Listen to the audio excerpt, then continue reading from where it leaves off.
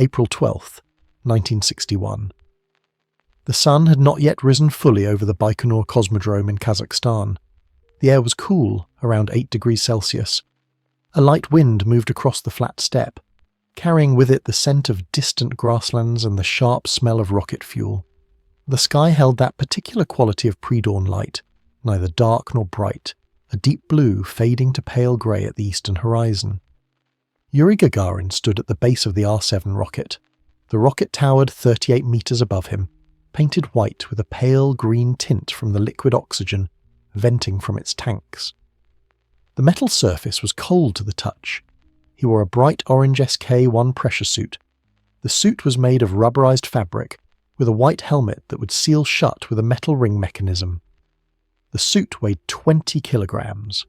Inside it, Gagarin wore a blue woolen undersuit, thin but warm, and cotton undergarments beneath that. The R-7 rocket had been rolled out to the launch pad the day before. It had been transported horizontally on a railway car, then raised into position using hydraulic systems. The rocket stood now on a concrete pad, held by 4 large support arms that would swing away at the moment of ignition. The rocket's 5 engines clustered at its base, each one a complex assembly of combustion chambers and nozzles. The central core had 4 combustion chambers. Each of the 4 strap-on boosters had 4 chambers as well. 20 combustion chambers in total, all of them designed to burn kerosene and liquid oxygen. Gagarin had woken at 5:30 that morning. His sleep had been monitored overnight by physicians using sensors attached to his body. He had slept for approximately 7 hours. When he woke, the doctors noted that his heart rate was 64 beats per minute, calm and steady. He had breakfast at 6 o'clock. The meal consisted of meat paste from a tube, blackcurrant jam from another tube, and coffee. The food came in tubes because the doctors wanted him to practice eating the way he would eat in space. The tubes were made of aluminum. They tasted slightly metallic. After breakfast, Gagarin underwent a final medical examination. The doctors checked his blood pressure, his heart rate, his reflexes. They looked into his eyes with small lights. They listened to his lungs. Everything was normal. His blood pressure was 115/60. His temperature was 36.8 degrees Celsius. The doctors made notes on clipboards, writing with pencils because pens might leak in the low pressure of their examination room. At 6:30, technicians helped Gagarin into his pressure suit. The suit had to be put on in stages. First came the inner layer, then the outer orange shell. The technicians connected hoses and sealed zippers. They checked each connection twice. The suit had a ventilation system that would pump air across Gagarin's body. It had a radio system built into the helmet. The helmet had a clear visor that could be lowered over his face. When the visor was down and sealed, Gagarin breathed air supplied by a hose connected to his suit. By 7 o'clock, Gagarin was fully suited. He walked slowly, accompanied by German Titov, his backup pilot. Titov wore an identical orange suit. They walked together toward a bus that would take them to the launch pad. The walk was short, perhaps 50 meters. Their boots made soft sounds on the concrete path. The boots were soft-soled, designed to fit into the straps inside the Vostok capsule. They were not like the heavy boots cosmonauts would wear in later years. The bus ride took 10 minutes. Inside the bus, Gagarin and Titov sat on padded benches. Other men rode with them, engineers and officials in regular clothes, their faces serious and focused. No one spoke much. Through the bus windows the steppe rolled past, flat and brown, with patches of snow still visible in the shadows. The launch pad came into view slowly, the white rocket standing against the lightening sky. When they arrived at the launch pad, Gagarin stepped down from the bus. He looked up at the rocket. The moment was photographed many times. In the photographs, Gagarin is smiling slightly, his face calm. He raised one arm in a wave. The gesture was relaxed, unhurried. Around him, dozens of people stood watching, technicians in work coats, officials in suits and hats, cameramen with large film cameras mounted on tripods. Gagarin walked to the base of the rocket where an elevator waited. The elevator was a simple platform with railings. It would carry him up to the capsule, which sat at the very top of the rocket, enclosed in a protective shroud. The elevator was operated by an electric motor. It moved slowly, taking nearly 2 minutes to reach the top. At 7:10, Gagarin stepped off the elevator and onto a small platform next to the spacecraft. The platform was perhaps 2 meters square, with railings on 3 sides. The 4th side opened to the entrance hatch of the Vostok capsule. The capsule was spherical, 2.3 meters in diameter, made of metal covered with a heat-resistant coating for re-entry. The coating was brown gold in colour, with a slightly rough texture. Technicians helped Gagarin through the hatch. The hatch was small, only 60 centimeters wide. Gagarin had to bend and twist to fit through it. Inside, the capsule was cramped. The interior was lined with equipment panels, switches and instruments. There was a single seat moulded to fit a human body. The seat was covered in pale blue fabric. It was designed to support a cosmonaut during the high G-forces of a launch and re-entry. Gagarin lowered himself into the seat. The technicians connected his suit to the capsule's systems. They attached an air hose, a communications cable and a safety harness. The harness had multiple straps that crossed over his chest and lap. The technicians pulled each strap tight, then checked the connections. They tested the radio by speaking to him through headphones built into his helmet. Gagarin responded, his voice clear and calm. The interior of the capsule smelled of new materials, of rubber and metal and electronics. There were 140 switches and indicators on the control panel in front of Gagarin. The panel was arranged in a semicircle around his seat. The switches were labelled with Cyrillic text. Some were painted red for emergency systems. Others were white or black for normal operations. A circular window was positioned directly in front of Gagarin's face, though it was currently covered by the protective shroud that enclosed the capsule. At 7:35, the technicians finished their work. They gave Gagarin a final check, asking him to confirm that he could reach all necessary controls. He raised his gloved hands and touched several switches, demonstrating his range of motion. The technicians nodded, satisfied. One by one, they climbed back through the hatch. The last technician to leave patted Gagarin's shoulder. Then he was alone. The hatch was closed from outside. Gagarin heard the sound of bolts being tightened, metal turning against metal, a rhythmic clinking that lasted perhaps 30 seconds. Then silence. The capsule was sealed. Air hissed softly through his ventilation system. His breath fogged slightly on the inside of his visor. For the next hour and a half, Gagarin waited. He lay in his seat, looking at the instruments, checking readings, listening to voices from ground control through his headphones. The voices were calm and methodical. They ran through checklists confirming system statuses. Gagarin responded to each call. Pressure nominal, he would say. Confirmed, ground control would answer. Temperatura nominala. Confirmed. The exchanges continued point by point, system by system. During this waiting period, Gagarin could feel the rocket beneath him. It was not perfectly still. It swayed slightly in the wind, a gentle rocking motion. The metal around him ticked and creaked as the sun warmed the rocket's skin, and the super-cold propellants inside caused contraction and expansion. Liquid oxygen boiled off continuously, the excess venting through valves with a sound like distant wind. At 8:30, ground control informed Gagarin that fueling was complete. The rocket now held 280,000 kilograms of propellant. The central core contained kerosene and liquid oxygen. The 4 strap-on boosters held the same. The liquid oxygen was maintained at -183 degrees Celsius. The tanks were insulated, but some heat transfer was inevitable.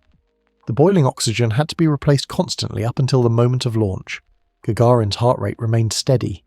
Medical monitors tracked his vital signs continuously. His pulse was 66 beats per minute. His breathing rate was 12 breaths per minute. These numbers were transmitted to ground control where doctors watched them on displays. The doctors were pleased. Gagarin was calmer than most people would be while sitting alone on top of 280,000 kilograms of explosive fuel. At 9 o'clock, the final 30 minutes began. Ground control informed Gagarin that all systems were ready for launch. The countdown would begin. Gagarin acknowledged. He checked his harness again, pulling on each strap to ensure it was secure. He tested his ability to reach the manual controls, the ones he would need if the automatic systems failed. The Vostok spacecraft was designed to operate automatically. Gagarin was a passenger more than a pilot. The spacecraft would orient itself, fire its engines, and return to Earth according to programmed instructions. This was because Soviet engineers were not certain a human could function properly in space. They worried about psychological effects, about disorientation, about the possibility that weightlessness would cause panic or paralysis, so they automated everything. Gagarin had a sealed envelope containing a code that would unlock the manual controls, but he was not supposed to open it unless absolutely necessary. At 9:10, the support arms began to pull away from the rocket. Gagarin felt a change in the rocket's movement. The swaying stopped. The rocket now stood free, held only by the base support structure that would release at ignition. Ground control counted down the minutes. 20 minutes to launch, 15 minutes, 10 minutes. At 9:20, the service tower pulled back. This was a large metal structure that had surrounded the rocket, providing access for technicians. It rolled away on rails, slowly at first, then faster. Gagarin could not see this, enclosed as he was in the capsule, but he heard the sounds transmitted through the rocket's structure, a low rumbling that lasted for half a minute. 5 minutes to launch. Ground control's voice continued steady and measured. They confirmed readings from the rocket systems, from the engines, from the guidance computer. Everything was ready. The weather was good, the wind was light, the visibility was excellent. There were no reasons to delay. At 9:26, the final checks were complete. Ground control announced 3 minutes to launch. Gagarin took a deep breath. He relaxed his hands, which had been gripping the sides of his seat. He placed them on his lap. His pulse was now 71 beats per minute, still calm. 2 minutes. The radio chatter decreased, only essential communications now. Someone confirmed that the blockhouse was sealed. The observers were at safe distance. The cameras were running. 1 minute. Gagarin heard new sounds through the rocket's structure. Valves opening, pumps starting. The engines were being prepared for ignition. Fuel lines were being pressurized. Igniters were being activated. 30 seconds. Ground control began counting down each second now. 20 seconds. 15. 10. At 5 seconds before launch, the engines ignited. Gagarin heard and felt it simultaneously. A deep roar built up beneath him, growing rapidly from a distant rumble to an overwhelming sound that filled the capsule despite its insulation. The rocket shook violently, vibrations travelling up through the structure. His vision blurred from the shaking. The instruments on the panel in front of him became difficult to read. The rocket did not lift immediately. For several seconds it remained on the pad while the engines built to full thrust. The 4 strap-on boosters and the central core all fired together, producing a combined thrust of 3,900 kilonewtons. The sound was tremendous, a continuous explosion that could be heard for kilometers across the steppe. Then, at 9:07 Moscow time, the hold-down clamps released. The rocket began to rise. The movement was slow at first, almost imperceptible, then faster. Gagarin felt weight pressing down on him as the rocket accelerated upward. The G-forces built quickly. Within seconds, he felt nearly 4 times his normal weight pressing him into his seat. The noise did not decrease. If anything, it grew louder as the rocket climbed and air rushed past the capsule at increasing speeds. The vibrations continued, a constant shaking that made it difficult to focus on the instruments. Gagarin had been trained for this. He knew what to expect, but knowing and experiencing were different things. The violence of the launch was beyond what could be simulated on Earth. Through his headphones, Gagarin could hear ground control, but their voices were faint beneath the roar of the engines. He reported his status, speaking clearly despite the G-forces that pressed on his chest and made breathing more difficult. "Poyakali," he said, "let's go." The word became famous, repeated in accounts of the flight for decades to come. The rocket climbed faster. 20 seconds after liftoff, it was travelling at 100 meters per second. 40 seconds after liftoff, 300 meters per second. The acceleration was constant, relentless. Gagarin's body pressed harder into the seat. His arms felt heavy. His head pressed back against the headrest. The G-forces reached 4.5, then held steady there. At 119 seconds after launch, the 4 strap-on boosters exhausted their fuel. They separated from the central core with a series of loud bangs that Gagarin heard clearly despite the continuing roar of the central engine. The boosters fell away, tumbling back toward Earth. The sudden release of their weight caused a brief moment of reduced G-force, a lightening that Gagarin felt distinctly. Then the acceleration resumed as the central core continued to fire. With the boosters gone, the rocket became lighter and faster. The G-forces increased again, climbing toward 5. Gagarin focused on breathing, on maintaining consciousness. The pressure on his chest was immense. Each breath required effort. His vision narrowed slightly at the edges, a greying effect caused by blood being forced down away from his head. This was normal. This was expected. He continued to report his status to ground control, though his voice was strained. The rocket climbed through the clouds. At an altitude of 10 kilometers, the protective shroud around the capsule was jettisoned. This was a dramatic moment. Explosive bolts fired, separating the shroud into 2 halves that fell away. Suddenly, light flooded into the capsule through the window. Gagarin saw sky, brilliant and blue, brighter than he had ever seen it from the ground. The window was small, only 25 centimeters in diameter, but it provided a clear view ahead. As the rocket climbed higher, the sky grew darker. The blue deepened, became richer, more intense. Then it began to fade to black. This transition happened gradually over the course of a minute. The sky darkened at the top of his field of view first, while the horizon remained lighter. At 30 kilometers altitude, the sky was dark blue. At 50 kilometers, it was dark purple. At 70 kilometers, it was nearly black, with a thin band of blue at the horizon where Earth's atmosphere was still visible. At 300 seconds after launch, the central core exhausted its fuel. The main engine shut down. The sudden silence was startling. For 5 minutes, Gagarin had been enveloped in continuous roaring noise. Now abruptly it stopped. The capsule was briefly quiet except for the hiss of air through his ventilation system and the crackle of a radio communications. But the journey was not complete. The 3rd stage engine now ignited.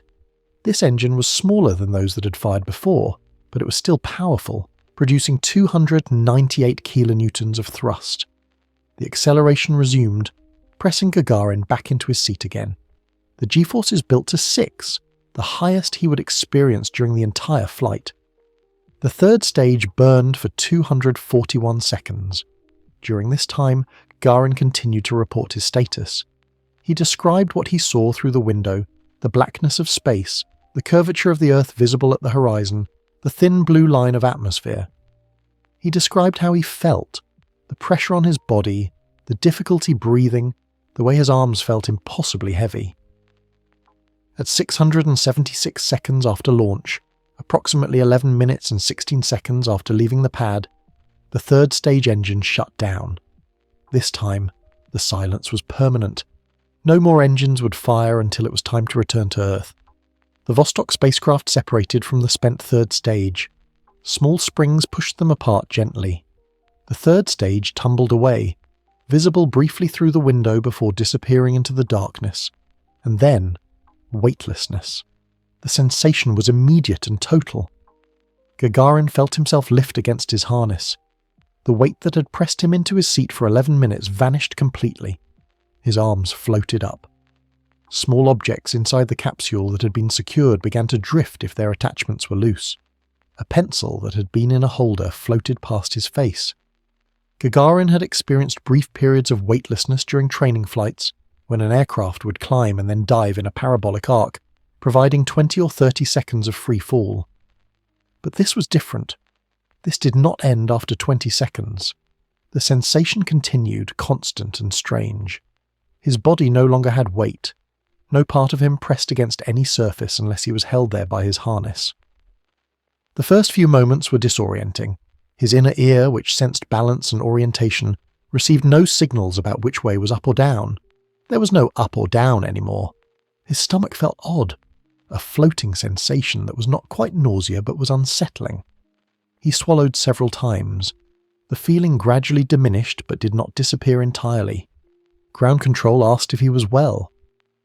Gagarin confirmed that he was. He described the sensation of weightlessness, speaking slowly and clearly. He moved his arms, testing the freedom of movement. He could move easily, with almost no effort. The slightest motion of his arm caused it to float up or to the side. He had to relearn how to control his movements, using gentle motions instead of the strong movements he was accustomed to on Earth. The Vostok spacecraft was now in orbit around Earth. The orbit was elliptical, not circular. At its lowest point, the spacecraft was 169 kilometers above Earth's surface. At its highest point, it was 315 kilometers. The spacecraft traveled at approximately 27,400 kilometers per hour. At this speed, it would complete one orbit around Earth in 89.1 minutes. Through the window, Gagarin could see Earth below. The view was extraordinary. He saw clouds, white and textured, moving slowly over blue ocean. He saw land, brown and green, with mountains visible as darker ridges. He saw coastlines, the sharp transition between land and water. Everything was clear and detailed. The colours were vivid, more intense than he had ever seen from an aircraft. The spacecraft was rotating slowly as it orbited. This rotation was intentional, designed to help maintain thermal balance by distributing the sun's heat evenly across the spacecraft's surface. The rotation rate was about 1 revolution per minute. This meant that the view through the window changed continuously. First, Earth filled the window, then it slid away and space appeared, black and empty. Then Earth returned from a different angle. Gagarin released himself from some of his harness straps. He did not remove the harness entirely, but he loosened it enough to float slightly away from his seat. This gave him more freedom to move. He tested eating and drinking in weightlessness. He had tubes of food attached to his suit. He squeezed a tube and pushed a small amount of food into his mouth. The food was paste, soft and easy to swallow. Drinking was more challenging. Water from a tube formed into floating droplets that he had to catch with his mouth. The spacecraft's automatic systems oriented it for orbital flight. Small thruster jets fired briefly, adjusting the spacecraft's attitude. Gagarin heard each thruster firing, a soft pop followed by a hiss. The spacecraft would turn slightly each time. These adjustments were necessary to maintain the correct orientation for later re-entry. 18 minutes into the flight, Gagarin passed over the Kamchatka Peninsula in far eastern Russia. Ground stations there tracked the spacecraft, confirming its orbital parameters. The orbit was good, very close to what had been planned. The spacecraft would complete its single orbit and then prepare for re-entry. Gagarin continued to report everything he observed. He described the view, the sensations, the functioning of the spacecraft's systems. He checked instruments, noting readings for oxygen levels, pressure, temperature, power consumption. Everything was normal. The spacecraft was functioning exactly as designed. As he passed over the Pacific Ocean, Gagarin experienced his first orbital sunrise. The spacecraft was flying into daylight.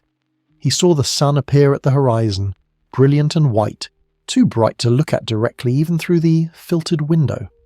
The sun rose quickly, seeming to leap up from the horizon. Within 2 minutes, it was fully above the Earth's curved edge.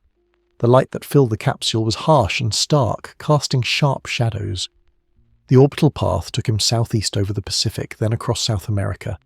He passed over regions he had only seen on maps, places he had never visited and likely never would.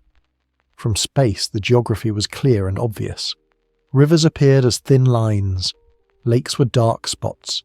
Cities, if he could see them at all, were barely visible patches of different colour. 40 minutes into the flight, Gagarin passed over Africa. The spacecraft was now on the far side of Earth from where it had launched. He was farther from home than any human had ever been. The distance was not just horizontal but dimensional, separated from Earth's surface by the void of space. Yet he felt calm. The spacecraft was warm, the temperature inside maintained at 19 degrees Celsius by a thermal control system. He had food and water. The air smelled clean, filtered and recycled continuously. As he flew over Africa, ground control began to prepare him for re-entry. The spacecraft would fire its retrorocket when it reached a specific point over Africa, while travelling northwest back toward Russia. The retrorocket would slow the spacecraft, causing it to fall out of orbit and begin its descent back to Earth.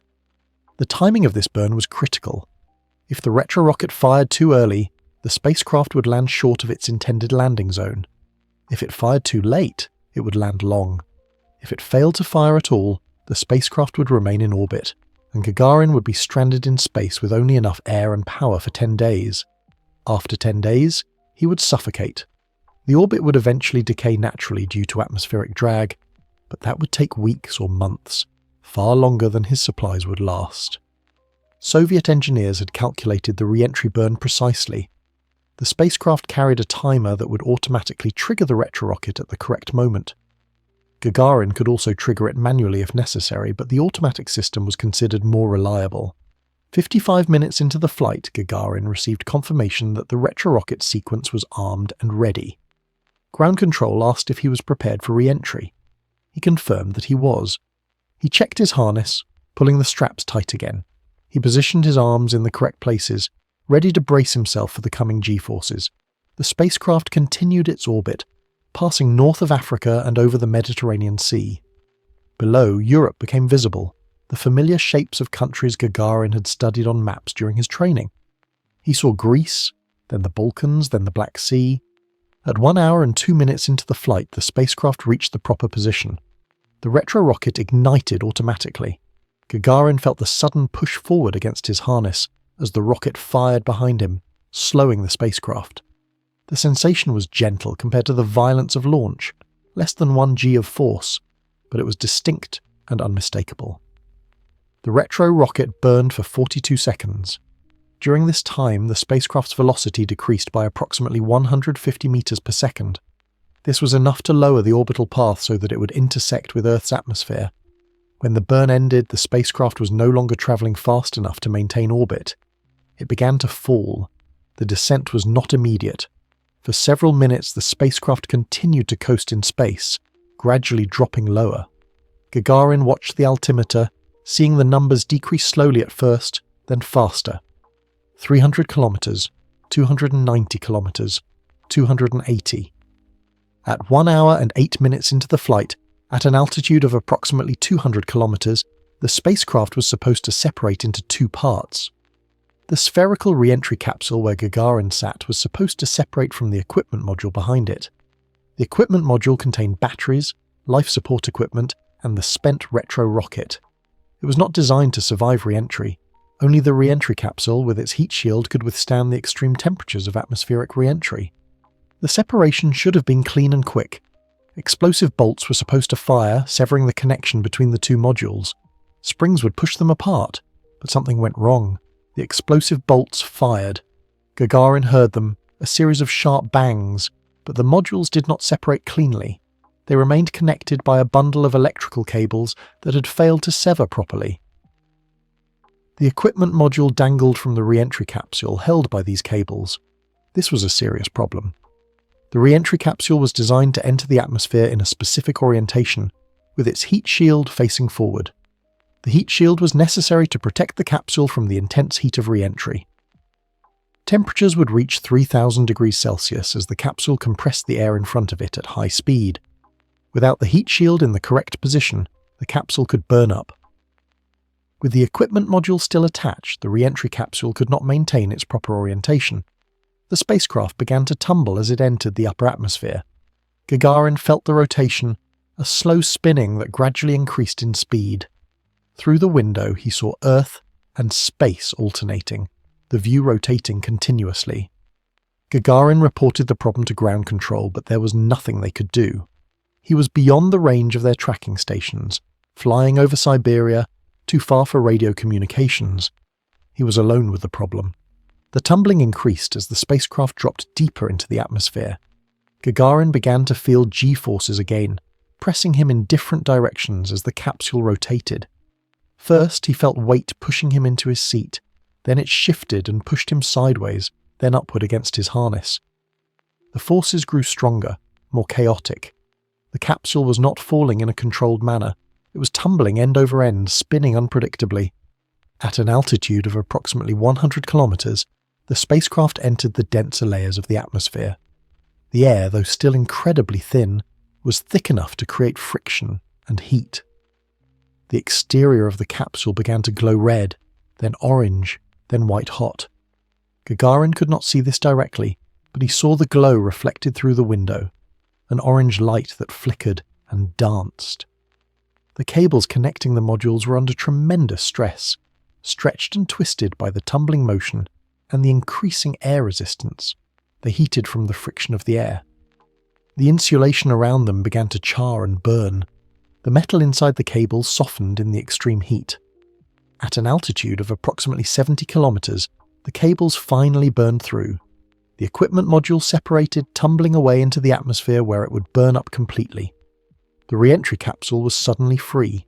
Immediately, the capsule's aerodynamic design took effect. The shape of the capsule naturally caused it to orient itself with the heat shield forward. The tumbling decreased rapidly. Within seconds, the capsule was falling in the correct orientation, stable and steady. The chaotic G-forces ended. Gagarin now felt a steady pressure pushing him into his seat as the capsule decelerated in the atmosphere. The G-forces built rapidly. 2G, 3G, 5G, 8G. The force was tremendous, as intense as the launch had been, perhaps more so. Gagarin's vision began to grey again at the edges. Breathing was difficult. His chest felt compressed. He focused on remaining conscious, on maintaining awareness of his surroundings. The heat was intense. The temperature inside the capsule rose despite the thermal insulation. Gagarin felt warmth through his suit, then heat. The metal surfaces inside the capsule became hot to the touch. Through the window he saw flames. The capsule was surrounded by a sheath of superheated plasma, glowing orange and yellow.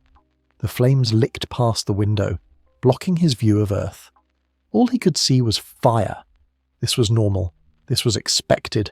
The heat shield was designed to ablate, to slowly burn away in a controlled manner, carrying heat away from the capsule. The shield was made of asbestos bakelite, a material that would char and vaporize rather than conduct heat inward. The process was working as designed, but it was violent and terrifying to experience. The radio went silent. The plasma surrounding the capsule blocked radio signals. Ground control could not hear him, and he could not hear them. He was completely isolated, falling through fire, experiencing forces that pressed him so hard into his seat that he could barely move. The G-forces peaked at approximately 8, then began to decrease as the capsule slowed. The flames outside the window began to diminish, flickering and fading. The orange glow became less intense. Gagarin could see hints of sky beyond the fire, brief glimpses of blue. At an altitude of 7 kilometers, the capsule had slowed to approximately 220 meters per second. The main parachute deployed. Gagarin heard the sound of the deployment mechanism firing, a bang followed by a fluttering, flapping sound as the parachute streamed out behind the capsule, then filled with air. The capsule jerked hard as the parachute caught, a sudden deceleration that pulled him forward against his harness. The descent rate decreased dramatically. The capsule now fell at approximately 6 meters per second, slow enough that Gagarin could look out the window and see Earth rotating slowly below him. He saw fields, green and brown, divided into geometric patterns by roads and fences. He saw forests, dark patches of trees. He saw a river, winding silver through the landscape. The landing zone was supposed to be near the city of Engels in the Saratov region of Russia, not far from the Volga River. Gagarin could not tell exactly where he was. Everything looked unfamiliar from above, but he could tell he was over farmland, rural countryside with scattered buildings. At an altitude of 2.5 kilometers, the capsule hatch blew off with an explosive charge. The sudden opening let in a rush of cold air. The temperature inside had been uncomfortably warm from the re-entry heat. The cool air felt refreshing. Gagarin took a deep breath of it, clean and fresh and smelling of grass. At this point, Gagarin was supposed to eject from the capsule. This was part of the landing procedure. The capsule would land hard, too hard for a human to survive without injury. So cosmonauts were supposed to eject at low altitude and land separately under their own parachutes. But this detail was kept secret for years because international aviation authorities required a pilot to land with their craft in order for a flight to be considered official. Gagarin pulled his ejection handle. The ejection seat fired, a powerful rocket that pushed him up and out through the open hatch. He shot upward, away from the descending capsule, travelling faster than he had expected. The acceleration was brief but intense. Then he was clear of the capsule, falling through open air. His seat fell away, separated by another small charge. Gagarin's personal parachute deployed automatically, opening above him with a snap of fabric. He felt the harness pull tight across his chest and thighs. His descent rate slowed to approximately 5 meters per second. He looked around, orienting himself. Above him, the orange and white parachute filled the sky. below, the ground rose slowly to meet him. The capsule was falling nearby, under its own parachute, descending slightly faster than he was. He could see fields below, a dirt road, a few scattered buildings in the distance. The descent took approximately 10 minutes from the time his parachute opened. During this time, Gagarin floated peacefully, drifting with the wind. He had time to reflect on what had just happened. He had flown into space, orbited Earth, and survived. The mission was almost complete. Only the landing remained. The ground came closer. He could see individual trees now, could distinguish plants in the fields. He saw cows, brown shapes moving slowly in a pasture. He saw a woman and a girl standing in a field looking up at him. They had heard the sonic booms from his descent and come out to investigate. Gagarin prepared for landing. He kept his legs slightly bent, ready to absorb the impact. The wind carried him across a field. The ground rushed up faster than he expected in the final seconds. He hit the ground in a ploughed field, landing on his side. The impact was hard, but not painful. The parachute collapsed around him, fabric settling over his head and shoulders. He lay still for a moment, catching his breath, feeling solid ground beneath him again after his journey through space. He pushed the fabric away from his face and sat up. The parachute lay spread across the field around him, a wide circle of white and orange material. The harness was still attached to his suit. He unclipped it, working the metal fasteners with his gloved hands. The gloves made his fingers clumsy, but he managed to release each clip in turn. When the harness was free, Gagarin stood up. His legs felt weak, unsteady. This was normal after the stresses of launch and re-entry, after the time spent in weightlessness. His body needed to readjust to gravity. He stood still for a moment, letting his equilibrium settle, feeling the weight of his body pressing down through his feet into the soft earth of the field. The field was freshly ploughed, the soil dark and rich. It smelled of earth and growing things. The soil was slightly damp, not muddy but moist enough to leave marks where he stepped. His boots sank in slightly with each step. The furrows in the field ran in long straight lines, their ridges perhaps 20 centimeters high. Gagarin looked around, getting his bearings. The landscape was flat, typical of the Volga region. There were fields in every direction, some ploughed, others showing the green of the early spring crops. A line of trees marked a boundary perhaps 300 meters away.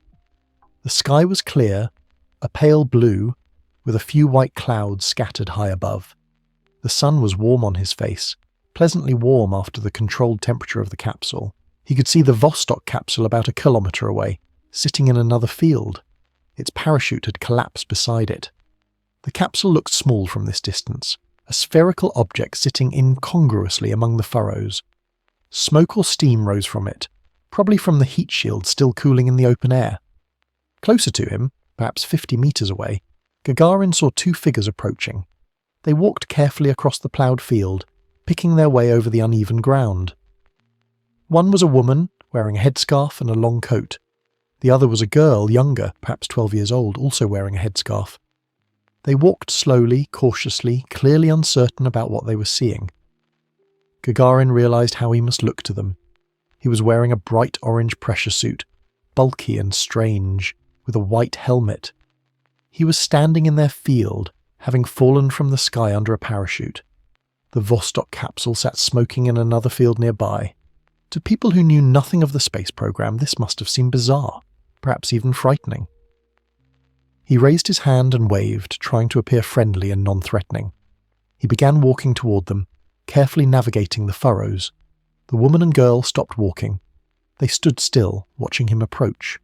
Their faces showed caution, curiosity, perhaps a touch of fear. As Gagarin came closer, within perhaps 10 meters, he called out to them. "I'm Soviet," he said. "I'm a friend, comrades." He spoke in Russian, clearly and calmly. The woman and girl relaxed slightly. The woman took a step forward. "Did you come from outer space?" the woman asked. Her voice was tentative, uncertain. She'd heard something on the radio that morning, an announcement about a spacecraft, but the details had been unclear. "Yes," Gagarin said. He was now close enough to see their faces clearly. The woman was perhaps in her 50s, with a weathered face that spoke of years of farm work. The girl looked like her granddaughter with similar features, a round face and dark eyes. "Yes, I've come from space." The woman's expression changed from caution to wonder. She smiled, a broad smile that transformed her face. The girl beside her also smiled, less certainly, still not entirely sure what was happening. Other people were approaching now, drawn by the parachutes they had seen descending, by the strange smoking sphere in the field. Gagarin could see them coming from different directions, people from nearby farms and buildings. Within minutes, a small crowd had gathered.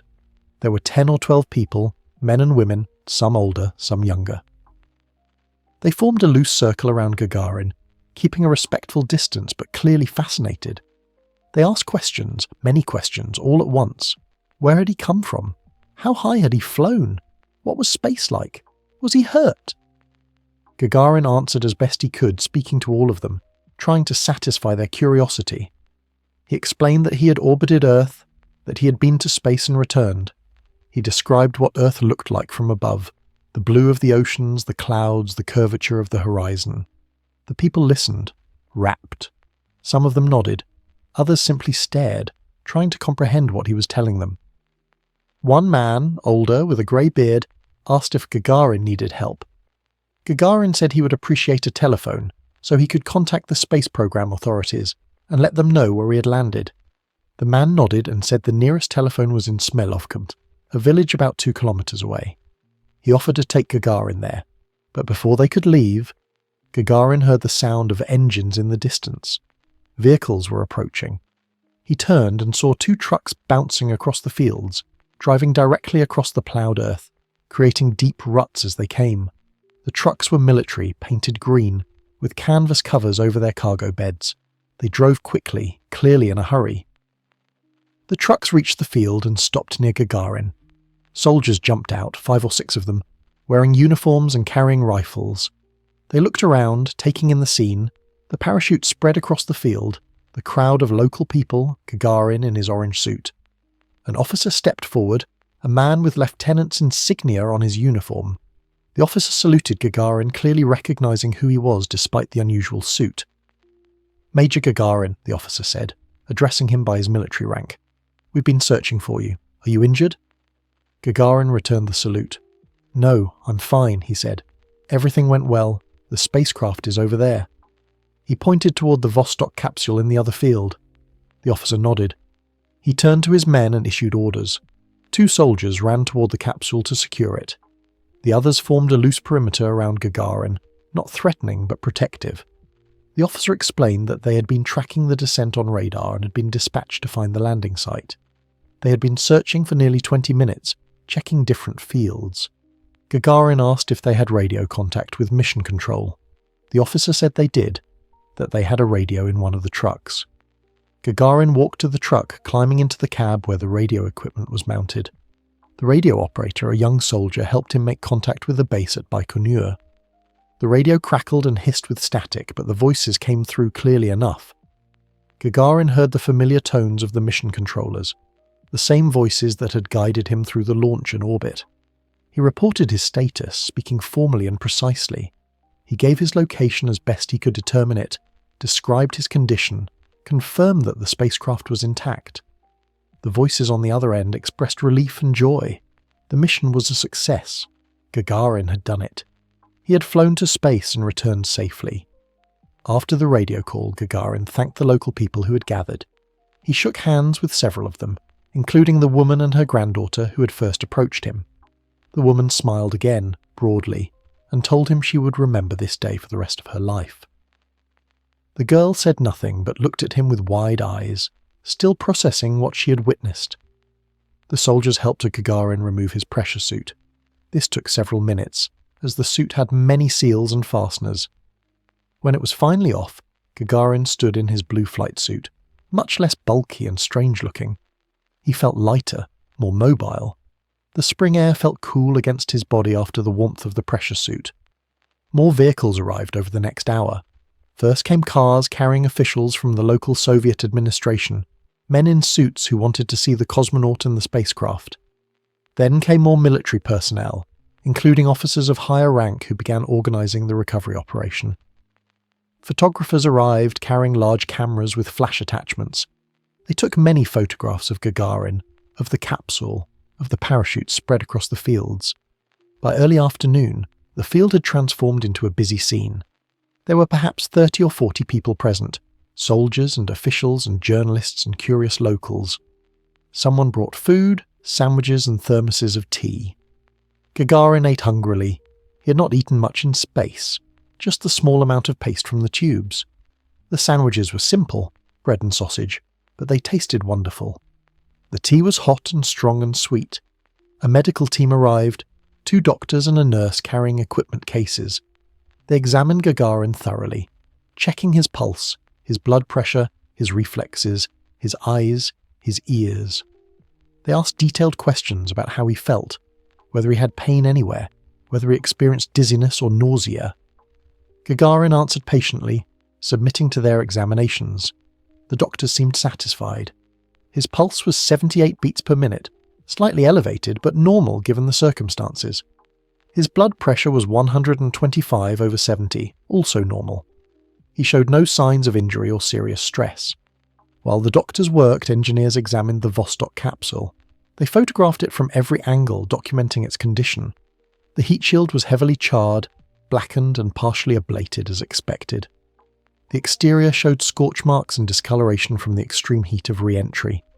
But the structure was intact. The capsule had survived its journey through the atmosphere and could be recovered for analysis. A crane truck arrived to lift the capsule. The crane extended its arm, workers attached cables, and the capsule was slowly lifted from the field where it had landed. It swung gently in the air as the crane raised it, then was carefully lowered onto a flatbed truck for transport.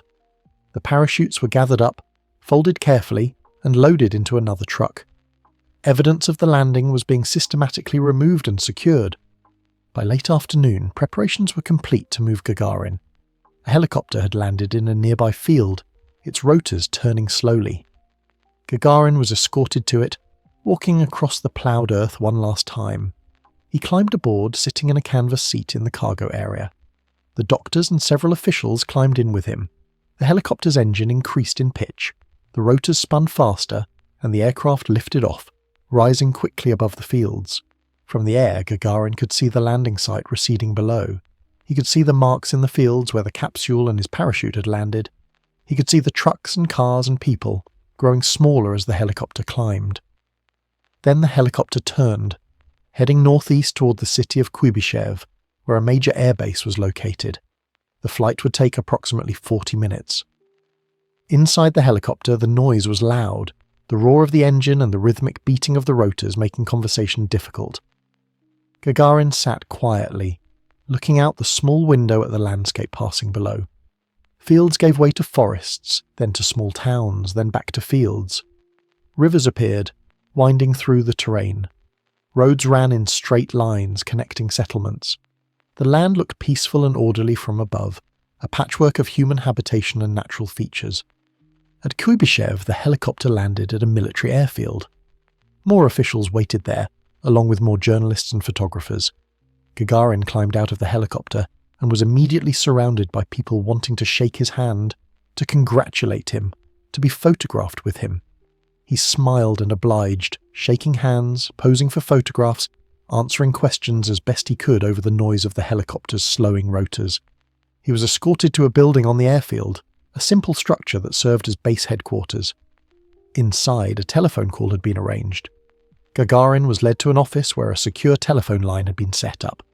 The call was to Moscow, to Nikita Khrushchev, the first secretary of the Communist Party, the leader of the Soviet Union. Gagarin picked up the telephone. He heard clicks and hums as the connection was established, then Khrushchev's voice, unmistakable, loud and enthusiastic.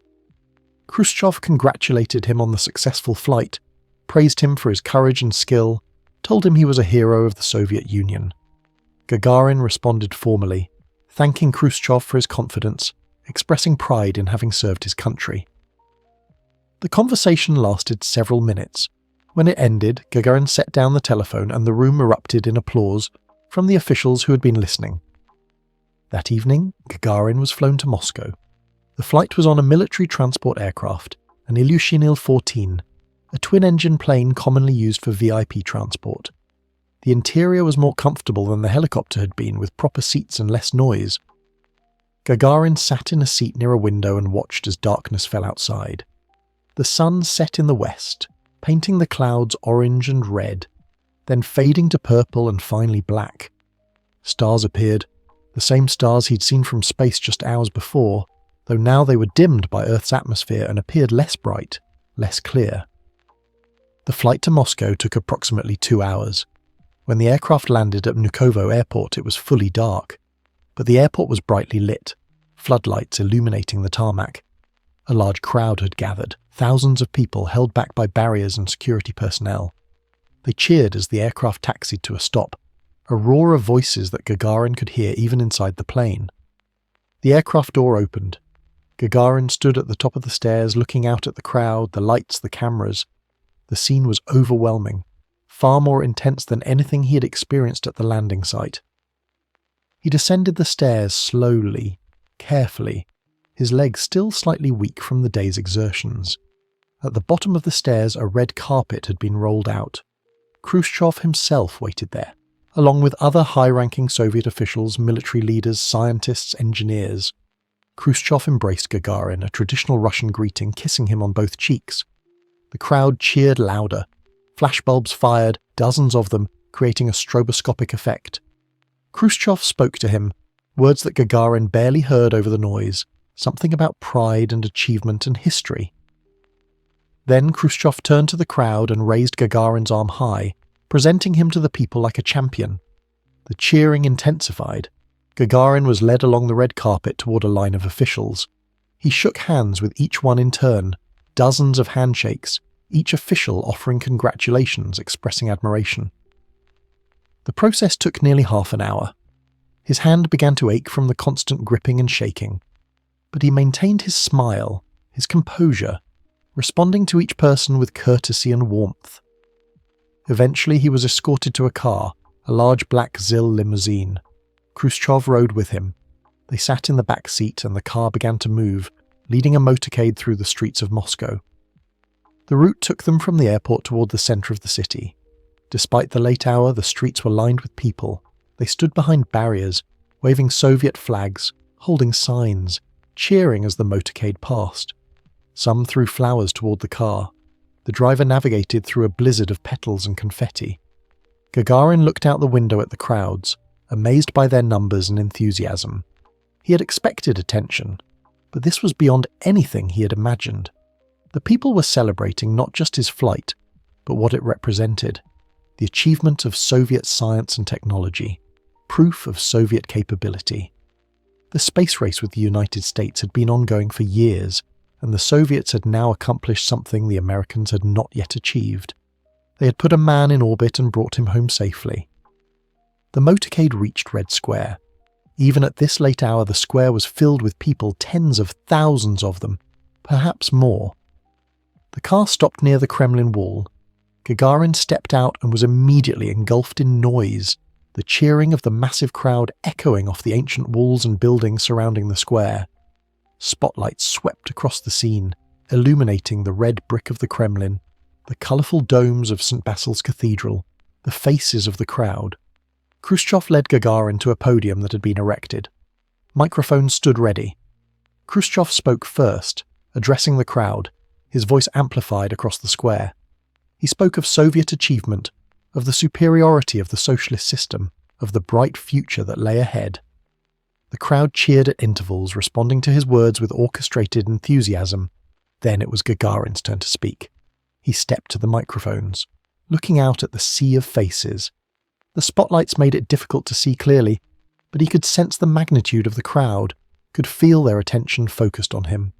He spoke simply, without prepared notes, from the heart. He said he was proud to have served his country, grateful to the scientists and engineers who had made the flight possible, honoured to have been chosen for this mission. He described briefly what he had seen from space, the beauty of Earth, the darkness of space, the brilliance of the stars. He spoke for perhaps 5 minutes. When he finished, the applause was thunderous, prolonged, lasting several minutes. After the speeches, Gagarin was taken to a government guest house, a residence reserved for important visitors. The building was elegant, with high ceilings, chandeliers, polished wooden floors. He was shown to a suite of rooms, luxuriously appointed with furniture that would have been at home in a palace.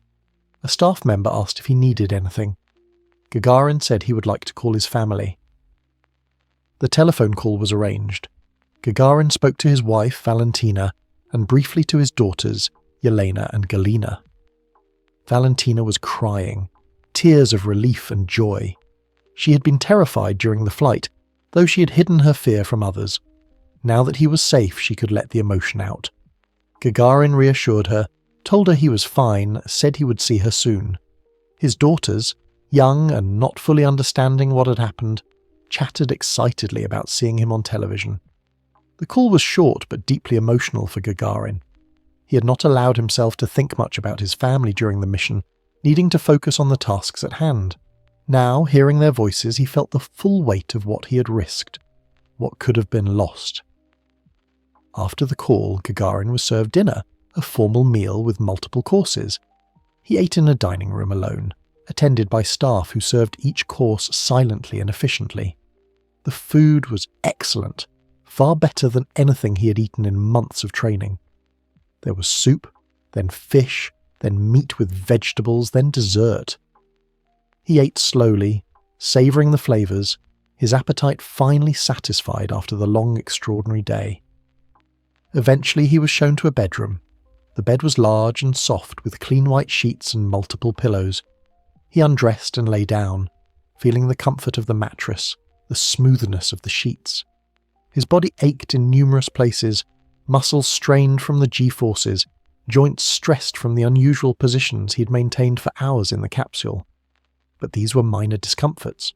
He was alive, he was safe, he had succeeded. Sleep came quickly despite the excitement of the day, despite the noise and crowds and attention. His body's need for rest overrode everything else. He slept deeply, dreamlessly, the sleep of exhaustion and relief. The next morning, Gagarin woke to find his schedule filled with appearances and ceremonies. Over the following days, he would be presented with medals, given the title Hero of the Soviet Union, awarded numerous honours and distinctions. He would attend receptions, give speeches, meet with officials and dignitaries. He would be photographed thousands of times, his face becoming one of the most recognisable in the world. But in the weeks that followed, once the initial frenzy had subsided, there was time for more detailed debriefings. Gagarin met with engineers and scientists, describing every moment of the flight in technical detail. He described the sensations of launch, the violence of the vibrations, the build-up of G-forces. He described weightlessness, how it felt, how it affected his ability to move and work. He described the views from space, not just the beauty, but the specific details of what he had seen and when. The engineers were particularly interested in the problems that had occurred. The separation failure between the reentry capsule and equipment module had been serious, potentially catastrophic. Gagarin described the tumbling, the chaotic G-forces, the heat and flames he had seen through the window. The engineers took careful notes. They would analyse the failure, determine its cause, implement changes to prevent it from happening again. Gagarin also described the retrorocket burn, the parachute deployment, the ejection sequence, the landing. Every detail was important, every observation useful for planning future flights. The Soviet space program would fly more missions, more cosmonauts. Each flight would build on the lessons learned from previous flights. Gagarin's descriptions, his experiences, would help make those future flights safer and more successful. In the international arena, the Soviet Union's achievement was announced with great fanfare. The news spread rapidly around the world. Newspapers in every country carried the story on their front pages. Radio and television broadcasts reported the flight, often with a sense of wonder and amazement. A human had gone to space. A human had orbited Earth. The age of space exploration had truly begun. The United States, engaged in its own space program, responded with a mixture of admiration and concern. The Soviets had beaten them to this milestone. NASA's Mercury program had not yet achieved orbital flight. Alan Shepard would fly a suborbital mission the following month in May 1961, but that would be a much shorter and simpler flight than Gagarin's orbit. The Americans would not put a man in orbit until John Glenn's flight in February 1962, nearly 10 months after Gagarin. The space race, already intense, became more so. President Kennedy would respond to Gagarin's flight by committing the United States to landing a man on the moon by the end of the decade. The competition between the two superpowers, played out in space, would drive technological advancement at an unprecedented pace. But for Gagarin, the immediate aftermath was a whirlwind of public appearances and official duties. He travelled extensively, visiting numerous countries as a representative of the Soviet Union. He met with world leaders, gave speeches to large audiences, attended ceremonies and celebrations. Everywhere he went, crowds gathered to see him, to cheer for him, to celebrate what he represented. In Moscow, Gagarin returned periodically to the Star City training facility, where he continued to work with the space program. He helped train other cosmonauts, sharing his experiences, offering advice and guidance. He consulted with engineers on spacecraft design, providing input from the perspective of someone who had actually flown in space. He remained a part of the program, though his role had changed. He was too valuable as a symbol to risk on another spaceflight, at least not immediately. The attention and fame were sometimes overwhelming. Gagarin had been a relatively unknown military pilot before the flight. Now he was one of the most famous people in the world. He handled the attention with grace and humility, never allowing himself to become arrogant or self-important. He remembered his roots, his humble childhood in a small village, the hardships his family had endured during World War II when the Germans had occupied their region. He remained connected to those experiences, using them to stay grounded despite the extraordinary circumstances of his new life. In technical terms, Gagarin's flight had demonstrated numerous important facts. It proved that humans could survive launch into space, that the human body could withstand the G-forces and vibrations. It proved that humans could function in weightlessness, that the disorientation and potential psychological effects were manageable. It proved that spacecraft could be designed to provide life support, to maintain temperature and air pressure and oxygen levels. It proved that reentry was survivable, that heat shields could protect a capsule and its occupant from the extreme temperatures. These proofs were essential for the future of space exploration. They answered fundamental questions that had been the subject of speculation and concern. Before Gagarin's flight, some scientists had worried that weightlessness might cause permanent physiological changes, or that the psychological stress of being in space might cause mental breakdown. Gagarin's successful flight, his calm demeanour throughout, his ability to perform tasks and make observations, demonstrated that these fears were largely unfounded. The Vostok program would continue with 5 more manned flights over the following 2 years. German Titov would fly the second mission in August 1961, staying in space for a full day. Later flights would include longer durations, the first woman in space, Valentina Tereshkova in 1963, and the first multi-person crew, Voskhod 1 in 1964, though this involved modifying a Vostok capsule to carry 3 people in very cramped conditions. But Gagarin's flight remained the first, the pioneering mission that opened the door to everything that followed. His calm courage, his skill as a pilot, his ability to maintain focus and composure under extreme stress, had made the mission a success. The problems that had occurred, the separation failure, and the tumbling during re-entry could have been fatal in different circumstances. That Gagarin had survived and remained calm throughout demonstrated not just good fortune but genuine capability. In the years after his flight, Gagarin continued to serve the Soviet space program. He completed his engineering degree, studying at the Zhukovsky Air Force Engineering Academy. He returned to flying, maintaining his skills as a pilot. He advocated for continued space exploration, arguing for more ambitious missions, for flights to the moon, and eventually to other planets. Tragically, Gagarin would die in a plane crash in March 1968 at the age of 34. He was flying a training flight in a MiG-15 fighter jet when the aircraft crashed in unexplained circumstances. The exact cause of the crash has never been definitively determined, though numerous investigations were conducted. His death was mourned throughout the Soviet Union and around the world. He had become a symbol of human achievement, of the potential for exploration and discovery, and his loss was felt deeply.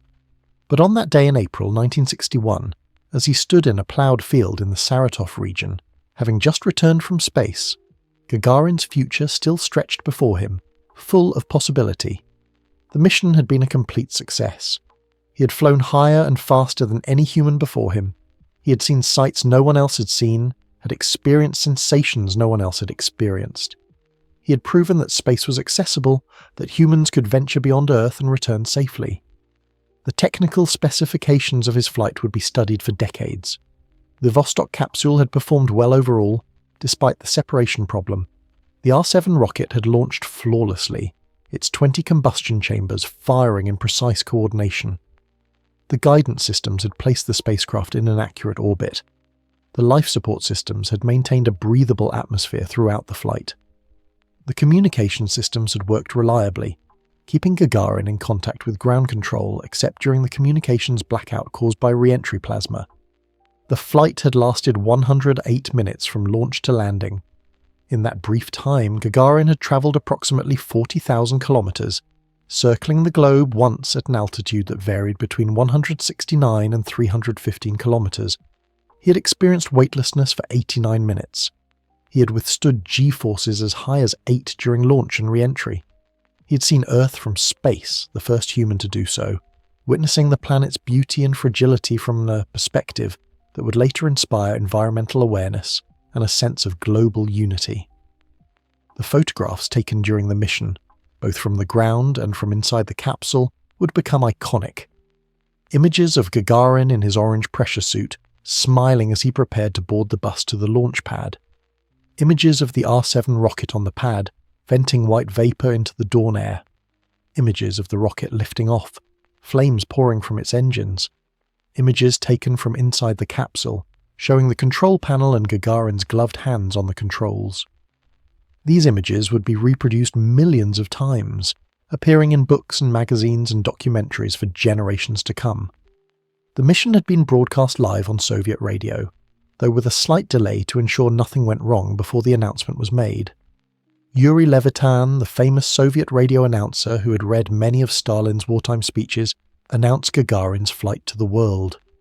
His deep, measured voice gave the news gravity and importance. The world's first satellite ship with a man on board has been launched into orbit, he said. The pilot cosmonaut of the satellite ship Vostok is a citizen of the Union of Soviet Socialist Republics, pilot cosmonaut Major Yuri Alexeyevich Gagarin. The announcement sparked celebrations throughout the Soviet Union. People poured into the streets of Moscow and other cities, spontaneously gathering to mark the achievement. Factories and offices gave workers the rest of the day off. Flags were hung from windows, toasts were drunk in Gagarin's honour. The mood was jubilant, proud, triumphant. Internationally, the reaction was more complex. Western nations acknowledged the achievement while also expressing concern about Soviet technological capabilities. If the Soviets could put a man in orbit, what else could they do? The same rockets that launched spacecraft could potentially carry nuclear warheads. The space program and the Cold War were inextricably linked, each advancement in space having potential military implications, but there was also genuine admiration, even in the West, for what had been accomplished. The achievement transcended politics to some degree.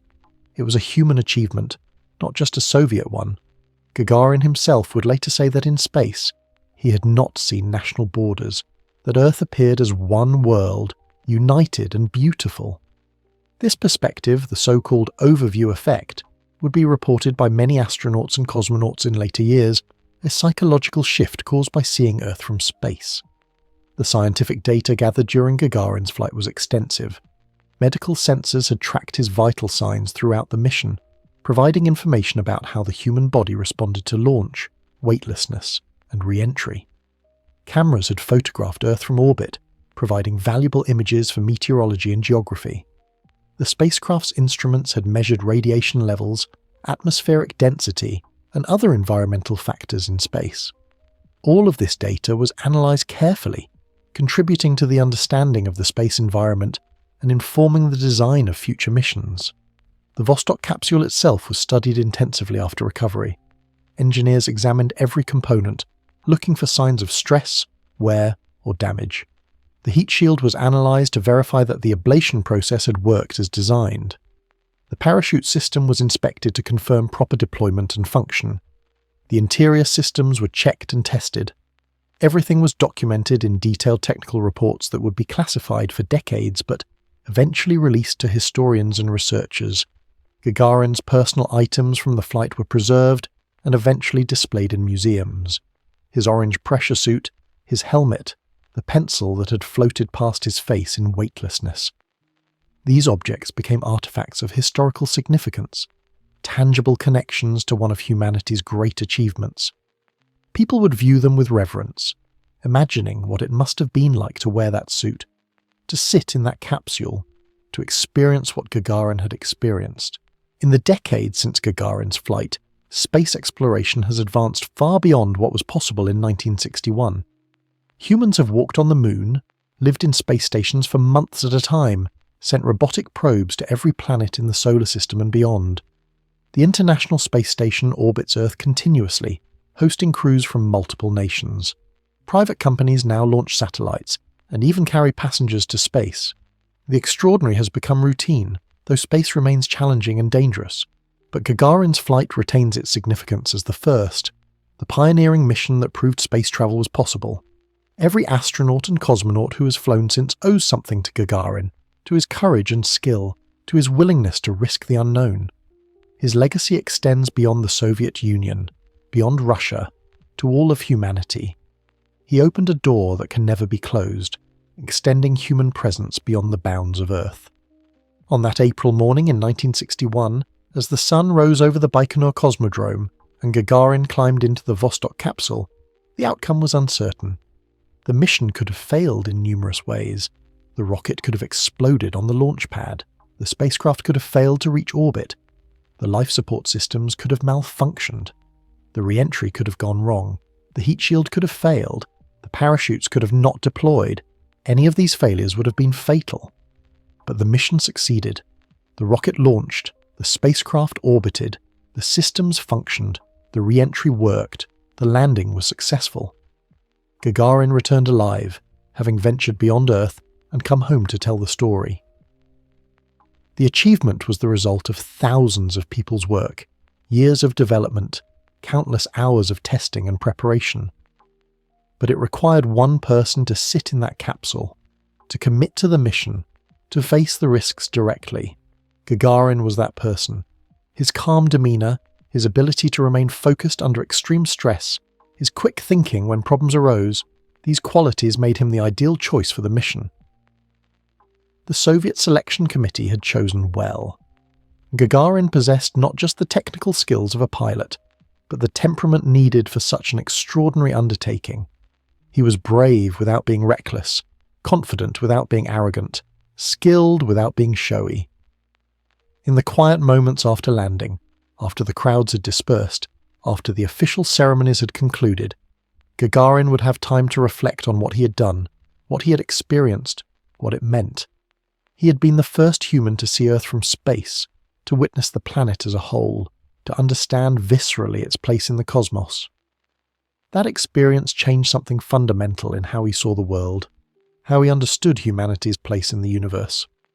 The flight of Vostok 1 on April 12, 1961, lasted just 108 minutes, but those minutes changed history. They mark the beginning of the space age in its fullest sense, the moment when humans became a spacefaring species. Everything that has followed in space exploration, all the missions and achievements of the past 6 decades, traces back to that first orbit, to Gagarin's pioneering flight. The sun that had risen over Baikonur that morning set over the landing site in Saratov that evening, marking the end of an extraordinary day.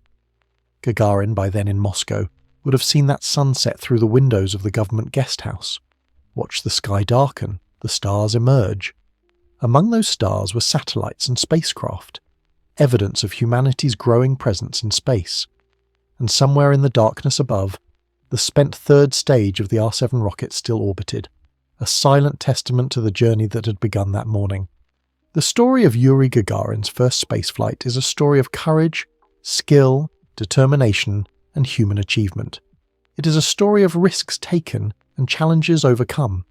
It is a story of one man's journey into the unknown and of his safe return. It is a story that belongs to all of humanity, a moment when we collectively stepped beyond our planet and looked back at ourselves from a new perspective.